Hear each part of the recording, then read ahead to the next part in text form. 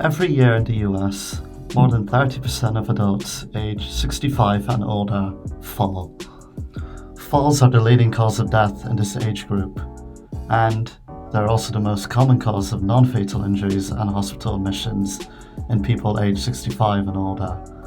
In the UK, in 2017 to 2018, there were around 220,160 emergency hospital admissions related to falls among patients aged 65 and over, with around 2/3 of these patients aged 80 and over. With these statistics in mind, it's clear that falls are a major hazard for those later in life. As such, our objective is an efficient, accurate, easily wearable fall detection device for the elderly. The proposed solution involves the use of a piece of hardware called an inertial measurement unit, or IMU. This would allow us to collect enough sensory information that we would require, such as a body-specific force, angular rate, and orientation.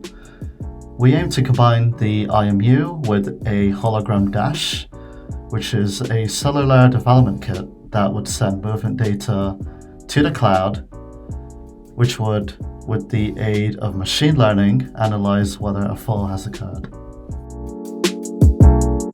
Through several brainstorming sessions, our team, the Upright Citizens, determined the features of our product in the form of must-haves, should-haves, and could-haves. Arguably the most important piece of this device is being able to classify and detect a fall.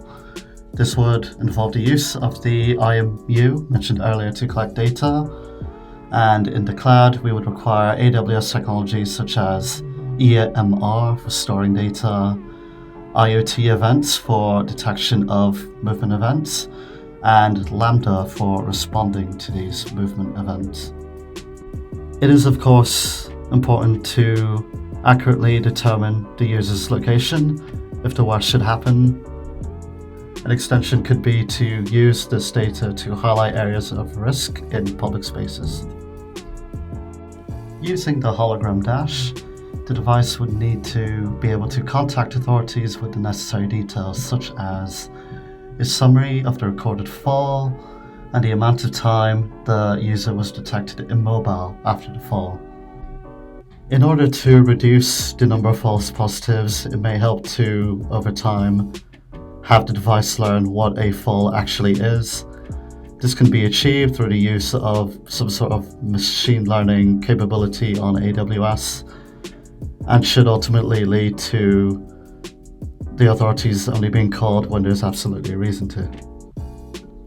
In case the device does not automatically trigger an alert when it should, the device should have a button that, when pressed, manually triggers the alert.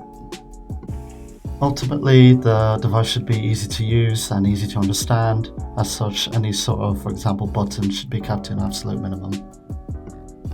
We should make sure that the elderly person can wear this device despite potentially having reduced dexterity or mobility. Finally, a number of falls could be in the shower or bathroom where the floor is slippery. This device should be wearable in such cases. As mentioned earlier, in addition to these must-have features, our team have also defined a number of should-have and would-have features. These include syncing activity data with cloud-based servers to potentially prevent future health issues. We could also integrate with third-party devices such as temperature and carbon monoxide monitors to understand additional risk factors that could impact the required response time. Our definition of success is a working prototype of this device. To elaborate, that means the device should be successfully able to detect a fall and send out an alert accordingly.